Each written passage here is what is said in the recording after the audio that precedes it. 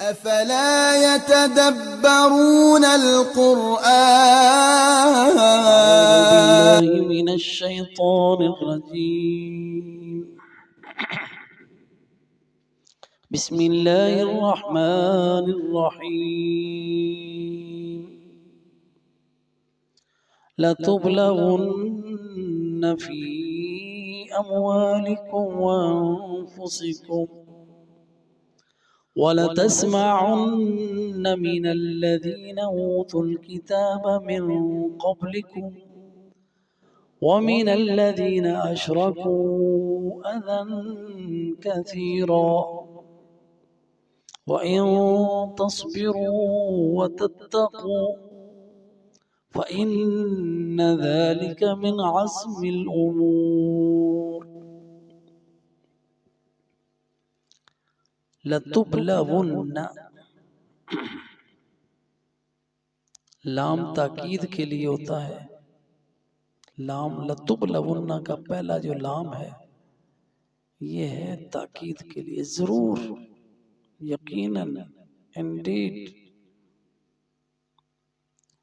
تبلغن مبنی للمجہول ہے، تمہارا امتحان لیا جائے گا، تمہاری آزمائش کی جائے گی، تمہیں آزمایا جائے گا، تمہیں آزمائشوں میں ڈالا جائے گا، ضرور ڈالا جائے گا. لتبلغن.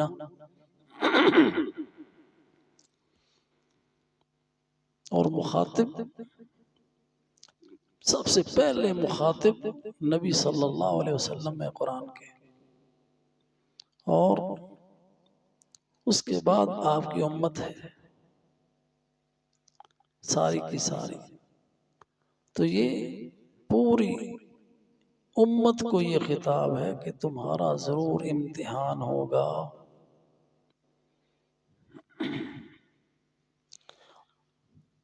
اور اس میں تسلی ہے مومنوں کی. اللہ سبحانہ و تعالی نے یہ بطور تسلی کہا ہے کہ یہ جو کافروں سے تمہیں ایذا پہنچتی ہے، فاسقوں سے، منافقوں سے، ان کے مکر و فریب سے، ان کی باتوں سے، ان کے ساتھ جنگ کرنے سے جو تمہیں زخم آتے ہیں، یہ ساری ساری آزمائش ہے، یہ ہونی ہونی. لَتُبْلَوُنَّ، تمہاری ضرور آزمائش ہوگی. فی اموالکم، تمہارے مال میں، فی اموالکم، تمہارے مالوں میں. مالوں میں آزمائش کہ کبھی گھاٹا پڑ گیا، کبھی چوری ہو گئی، کبھی ڈاکہ پڑ گیا، یہ مال میں آزمائش ہے. کبھی کاروبار ہی نہ چلا، بندہ بیٹھا ہوا سارا دن گاہک ہی نہیں آ رہے، تو یہ آزمائش ہے اللہ تعالیٰ کی طرف سے. لَتُبْلَوُنَّ، ضرور آزمایا جائے گا. فی اموالکم، تمہارے مالوں. کبھی اللہ تعالیٰ بہت دے دے گا، وہ بھی آزمائش ہے. بڑی گاہکیاں آ رہی ہیں، بل بنانے کی فرصت نہیں، پیسے پکڑنے کی فرصت نہیں. تو یہ آزمائش اس سے بھی بڑی ہے کہ انسان کے پاس وقت پہ نماز پڑھنے کی فرصت ہی نہیں. گاہک اتنے کھڑے ہوئے ہیں، نکلنا مشکل ہو جاتا ہے، دکان چھوڑنی مشکل ہو جاتی ہے، رش پڑا ہوا ہے، ادھر اذان ہو گئی، حی علی الصلاۃ. آزمائش ہے. فی اموالکم، تمہارے مالوں میں. وَأَنفُسِكُمْ، اور تمہاری جانوں میں بھی تمہاری آزمائش. انفس نفس کی جمع ہے جان، تو جان میں بھی آزمائش ہے. کبھی بیماری آ گئی، کبھی کوئی عزیز فوت ہو گیا، کبھی کوئی زخم آ گئے، کبھی کوئی فوت ہو گیا یا قتل ہو گیا. یہ سارے کے سارے، جیسے صحابہ کرام کی 72 کی تعداد میں، 70 کی تعداد میں احد میں شہید ہو گئے، یہ ابتلا تھی. اور فرمایا وَلَتَسْمَعُنَّ، اور تم ضرور بضرور سنو گے من الذین اوتوا الکتاب، یہ یہودی اور عیسائی ہیں، ان سے ایسی باتیں سنو گے جن سے تمہیں تکلیف ہوگی، یہ بھی تمہاری آزمائش ہے۔ جن کو کتاب دی گئی یہود و نصارہ ہیں، من قبلکم، تم سے پہلے، وَمِنَ الَّذِينَ، اور ان لوگوں سے بھی آپ کو تکلیف پہنچے گی، اشرکو، جنہوں نے شرک کیا، جو مشرک ہیں وہ بھی آپ کو باتیں کریں گے، آپ کے نام رکھیں گے طرح طرح کے۔ کسی کا کوئی نام رکھ دیا کہ جو توحید کی طرف بلاتا ہے، لوگ اس کو چڑھانے کے لیے، اس کو تکلیف پہنچانے کے لیے کوئی نہ کوئی آوازہ کسے گا، کوئی باتیں کرے گا۔ اذن کثیرا، تھوڑی بہت بھی نہیں، بہت زیادہ تکلیف پہنچے گی تمہیں۔ وَإِن تَصْبِرُوا، ان حالات میں تم نے کیا کرنا ہے؟ وَإِن تَصْبِرُوا، اور اگر تم صبر کرو گے ان کی باتوں پر، ان کی تکلیفوں پر، مصائب پر، وَتَتَّقُوا، اور تقوی اختیار کرو گے، اللہ سے ڈرتے رہو گے، فَإِنَّ ذَلِكَ، بس یہ صبر کرنا اور یہ تقوی اختیار کرنا، من عزم الامور ہے، بڑے کاموں میں سے، جس پر تمہیں یعنی صبر کرنا ہے ان کی تکلیفوں پر، اللہ سے ڈرتے ہوئے، تو یہ بڑی بات ہے من عزم الامور میں۔ تو اس آیہ کریمہ میں خاص طور پر ابتلاء کا ذکر ہوا ہے، آزمائش، اور یہ اللہ تعالیٰ کی سنت ہے کہ اللہ سبحانہ وتعالی نے انسان کو پیدا ہی مشقت میں کیا، تکلیف میں۔ فرمایا اللہ سبحانہ وتعالی نے، سورہ بلد کی آیت ہے، آیت نمبر 4، لَقَدْ خَلَقْنَا الْإِنسَانَ فِي كَبَدٍ، وہاں بھی لقد، تحقیق،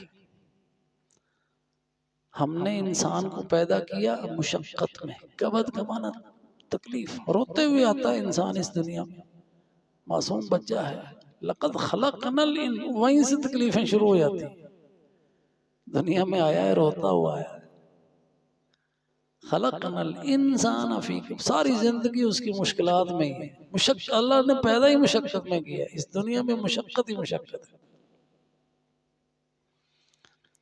اور یہ ابتلاء ہے۔ اور فرمایا سورہ عنکبوت کی آیت نمبر 2 اور 3 ہے، الف لام میم، احسب الناس ان يتركوا ان يقولوا آمنا وهم لا يفتنون، کیا لوگوں نے یہ سمجھ لیا کہ ان کو ایسے ہی چھوڑ دیا جائے گا، ہاں جی، صرف اس بات پر کہ انہوں نے کہا ہم ایمان لے آئے، ہم نے لا الہ الا اللہ پڑھ لیا ہے، بس چھٹکارا ہو جائے گا اس بات پہ اور امتحان نہیں ہوگا۔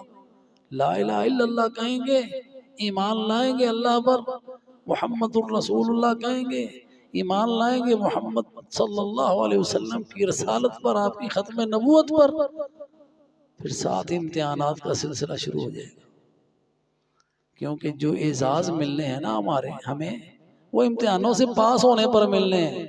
ہم کہیں گے امتحانوں میں پاس بھی نہ ہوں اور ہمیں جنت بھی مل جائے، ایسا نہیں ہے۔ کیا لوگوں نے یہ سمجھا؟ تو غلط سمجھا۔ احسب الناس، کیا لوگوں نے یہ سمجھ، یہ استفہام جو ہے نا انکاری ہے، یہ سمجھ لوگوں کی غلط ہے۔ احسب الناس، کیا لوگوں نے یہ سمجھ لیا، ان یترکوا، ایسے ہی چھوڑ دیے جائیں گے، ان کی پکڑ نہیں ہوگی، ان کا امتحان نہیں ہوگا، اس لیے نہیں ہوگا کہ لا الہ الا اللہ محمد رسول اللہ کہنے والے ہیں، یہ ان کی غلط فہمی ہے۔ وَهُمْ لَا يُفْتَنُونَ، اگر وہ یہ سمجھتے ہیں کہ ہمارا امتحان نہیں ہوگا، غلط فہمی میں، اس لیے اللہ تعالیٰ نے بتایا وَلَقَدْ فَتَنَّ الَّذِينَ مِن قَبْلِهِمْ، یہ اللہ تعالیٰ کا طریقہ ہے، سنت ہے، ہم نے آزمایا ان لوگوں کو جو ان سے پہلے تھے، جو پہلے ایمان والے آئے، حضرت نوح علیہ السلام، حضرت ابراہیم علیہ السلام، ان کی امتیں، جتنے رسول ہوئے ان کی امتیں، ان کی آزمائشیں ہوئیں، ان کے امتحان ہوئے. اور یہ آزمائش اللہ تعالیٰ امتحان اس لیے لیتا ہے فَلَيَعْلَمَنَّ اللَّهُ، تاکہ جانے اللہ الَّذِينَ صَدَقُوا کہ لا الہ الا اللہ محمد الرسول اللہ کہنے میں، یا لا الہ الا اللہ کہنے میں کون سچا ہے، کون زبان سے ایسے اوپر اوپر سے کہہ رہا ہے، کون دل سے کہہ رہا ہے، اور اس بارے میں کتنا اس کا امتحان میں کتنا پاس ہوتا ہے، کتنے مارکس لیتا ہے. فَلَيَعْلَمَنَّ اللَّهُ الَّذِينَ صَدَقُوا، اور کون جھوٹا ہے جو اوپر اوپر سے کہہ رہا ہے دل میں اس کا ایمان ہے ہی نہیں. وَلَيَعْلَمَنَّ الْكَاذِبِينَ. عنکبوت کی آیت ہے، آیت نمبر 2 اور 3. اس کے بعد اگر ہم دیکھیں آزمائش کا سلسلہ، تو یہ زندگی ہے ہی آزمائش. اللہ تعالیٰ نے زندگی کے بارے میں یہی ہمیں بتایا ہے. سورہ ملک کے اندر فرمایا تبارک الذی بیدہ الملک وهو علی کل شیء قدیر الذی خلق الموت والحیات لیبلوکم، جس نے موت اور حیات بنائی تمہارا امتحان لینے کے لیے. امتحان اس لیے کہ تم میں سے ایکم احسن عملا، تم میں اچھے عمل کون کرتا ہے. تو ہم اس دنیا میں، اس زندگی میں، یہ حیات ہماری جو اللہ تعالیٰ نے دی ہے، اور یہ امتحان تھوڑے عرصے کے لیے، اس لیے دنیا کو اللہ تعالیٰ نے تھوڑا بنایا ہے، تھوڑا بنایا ہے. اس لیے عقل مند وہی ہے جو اس تھوڑی چیز کے پیچھے نہیں پڑتا، سارا وقت اس میں نہیں گواتا، وہ آخرت کے لیے کوشش کرتا ہے. آخرت اب ہم موازنہ اگر کریں تو دنیا متاع دنیا قلیل ہے. ہماری زندگیاں دیکھیں، ہماری زندگیاں کتنی طرح کی ہیں. ایک ہماری زندگی عالم ارواح میں اللہ تعالیٰ نے سب روحوں کو پیدا کیا، ان سے وعدہ لیا الستو بربکم، اس وقت کا پیدا کیا وہ روحوں کو.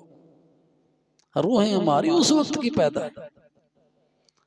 اور ہماری باڈی جو ہے، جسم، یہ اللہ تعالیٰ نے اس کی سنت ہے کہ ہمیں پھر ہمارے ماں باپ کی پشت میں رکھا.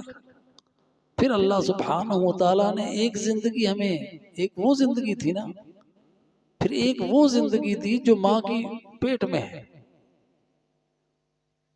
پھر ایک وہ زندگی جب ہم اس دنیا میں آ گئے، نکل کے آ گئے اس دنیا میں اللہ کے حکم سے. یہ زندگی ہماری یہ قبر تک ہے نا، تھوڑی سی زندگی کیا ہے، 100 سال بھی رہیں تو کیا ہے اس کے مقابلے میں جو ہم عالم ارواح میں رہے، پھر اس کے مقابلے میں جو عالم برزخ میں رہنا وہ بھی ایک زندگی ہے. تو یہ عالم برزخ کے بعد پھر ایک اور ہمیشہ کی زندگی ہے قیامت کے بعد، پھر اس کے بعد موت نہیں ہے، وہ زندگی حقیقی زندگی ہے. تو یہ تھوڑی سی زندگی جو ہے نا ہماری، یہ امتحان کی ہے. اور اس کا امتحان بھی کب شروع ہوتا ہے، یہ نہیں کہ دنیا میں آتے امتحان شروع ہو گیا. امتحان اس وقت شروع ہوتا ہے جب انسان بالغ ہو جاتا ہے، عقل مند ہو جاتا ہے، سمجھدار ہو جاتا ہے، بلوغت کی عمر کو پہنچ جاتا ہے، اس کو اچھے برے کی تمیز آ جاتی ہے، تب سے امتحان شروع ہوتا ہے. اس سے پہلے کہ اللہ تعالیٰ اس کے لیے مرفوع القلم ہے، وہ معصوم ہے بچہ جو ہے. تو اس وقت سے لے کر جب تک اس کے ہوش قائم رہیں، بڑھاپے میں اگر اس کی عقل چلی جاتی ہے، دیوانہ ہو جاتا ہے، پاگل ہو، پھر بھی اس کا مواخذہ نہیں. ہاں جی، رفع القلم عن ثلاث. اس امتحان میں اللہ تعالیٰ جو مارکس دیتا ہے نا، وہ مارکس جو ہے نا، اس میں سے 3 طرح کے لوگ جو ہے نا، ان سے اللہ تعالیٰ قلم اٹھا لیتا ہے، ان کی غلطیاں نوٹ نہیں کرتا. بچہ جب تک بالغ نہ ہو، اور انسان جب سویا ہوا ہے گہری نیند میں، اور یہاں تک کہ وہ جاگے، جب جاگے گا پھر، اور پاگل، دیوانہ، مجنون، جس کو جنون کی بیماری ہے، پتہ ہی نہیں، عقل کام نہیں کر رہی، تو یہ جب تک وہ ہوش و حواس میں ہے، بالغ ہے، امتحان میں ہے، تو وہ تھوڑا ہی عرصہ ہے۔ تو اصل اس زندگی کا یہی ہے کہ ہم اس دنیا میں امتحان میں ہیں۔ اللہ سبحانہ و تعالیٰ نے مومنوں کے لیے اس امتحان میں کامیابیاں لکھی کہ مومن ہر معاملے میں خیر کما رہا ہے۔ عجباً لامر المومن ان امرہ کلہ لہ خیر، ایمان والا ہے، ہر معاملے میں امتحان ہے، کامیابیاں لیے جا رہا ہے۔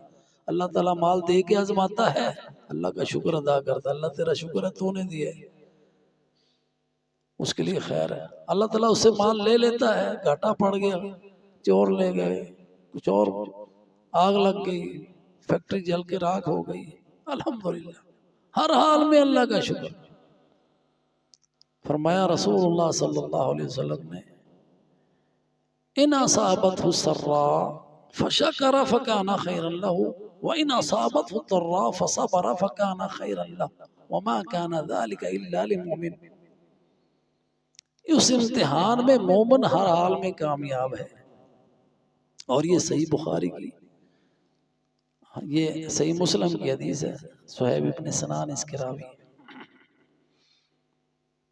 اور صحیح بخاری میں حضرت ابو ہریرہ سے روایت ہے کہ اللہ سبحانہ و تعالیٰ اپنے جس بندے کے درجات بلند کرنا چاہتا ہے نا، اس کو مصیبت میں ڈال دیتا ہے، اور پھر اسے توفیق دیتا ہے کہ وہ اس صبر میں، اس تکلیف پر صبر کرے، اس تکلیف کی وجہ سے اللہ تعالیٰ اس کو درجات میں بلندی کر دیتا ہے۔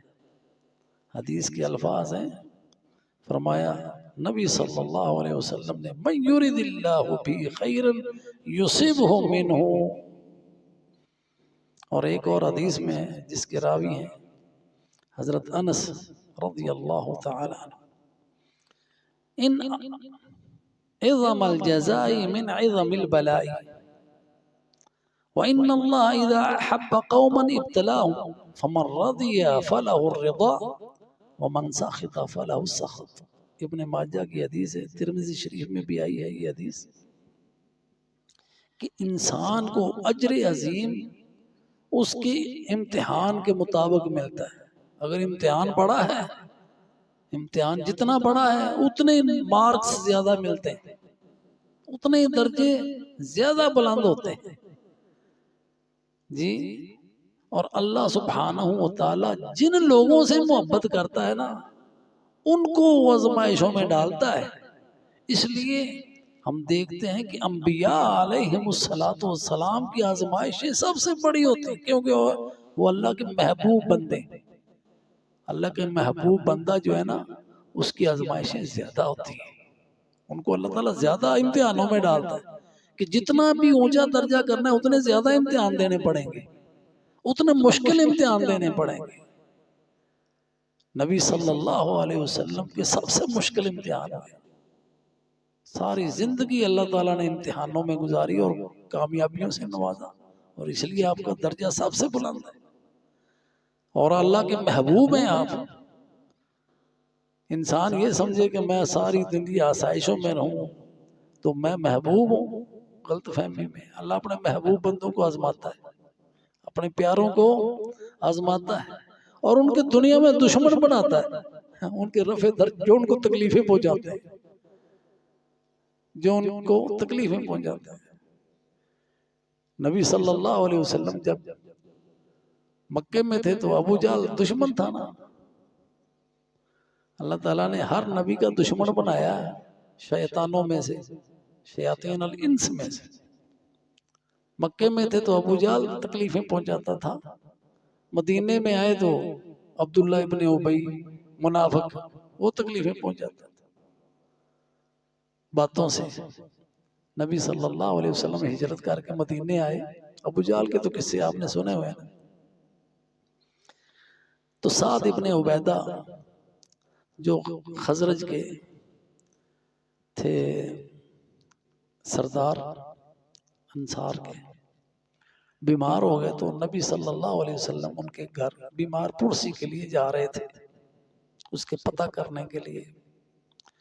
تو راستے میں دیکھا کہ لوگ اکٹھے ہیں اور عبداللہ ابن ابی ان سے باتیں کر رہے ہیں، اور اس میں مشرکین بھی تھے، یہود بھی تھے اور مسلمان بھی تھے، ملا جلا ان کا لوگ تھے بیٹھے باتیں کر۔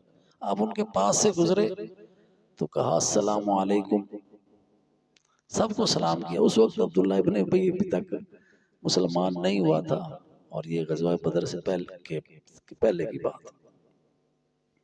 تو عبداللہ ابن ابی کہنے لگا آپ نے اگر باتیں کرنی ہوتی نا اس طرح کی تو آپ ان سے کیا کریں جو آپ کے پاس ادھر آتے ہیں، ادھر ہمارے پاس آپ آ کر ایسی باتیں نہ کریں، یعنی ہمیں سلام بھی نہ کریں۔ تو وہاں پہ کچھ مسلمان بھی تھے، انہوں نے جواب دیا عبداللہ ابن ابی کو، اللہ کے رسول آپ ہمارے ساتھ بات کریں ہم جہاں بھی ہیں۔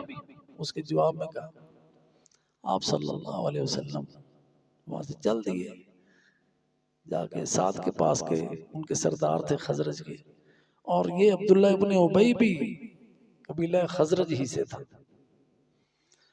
تو جا کے بات چیت ہوئی تو نبی صلی اللہ علیہ وسلم نے یہ واقعہ ساتھ سے بیان کیا کہ عبداللہ ابن ابی نے اس طرح کی بات کی ہے۔ تو سعد ابن عبیدہ رضی اللہ تعالی عنہ آپ کو تسلی دے رہے ہیں کہ اللہ کے رسول آپ اس کی بات کا برا نہ منائیں، اس لیے کہ آپ کے آنے سے پہلے ہم اس کے لیے تاج تیار کر رہے تھے کہ وہ سارے مدینے والوں کا بادشاہ، اس کو بادشاہ بنانے والے تھے۔ تو جب آپ آ گئے ہجرت کر کے، اس کا سارا معاملہ جو تھا نا وہ ٹھپ ہو گیا، تو اس کو اس بات کا دکھ ہے، لہذا اس کو رہنے دیں اس کی حال پر۔ خیر، تو نبی کو اس طرح کی باتیں کرنے والے دشمن بہت تھے، ایذا پہنچانے والے۔ خیر، تو یہ ابتلاعات جو ہیں درجات کی بلندی کے لیے ہوتی ہیں۔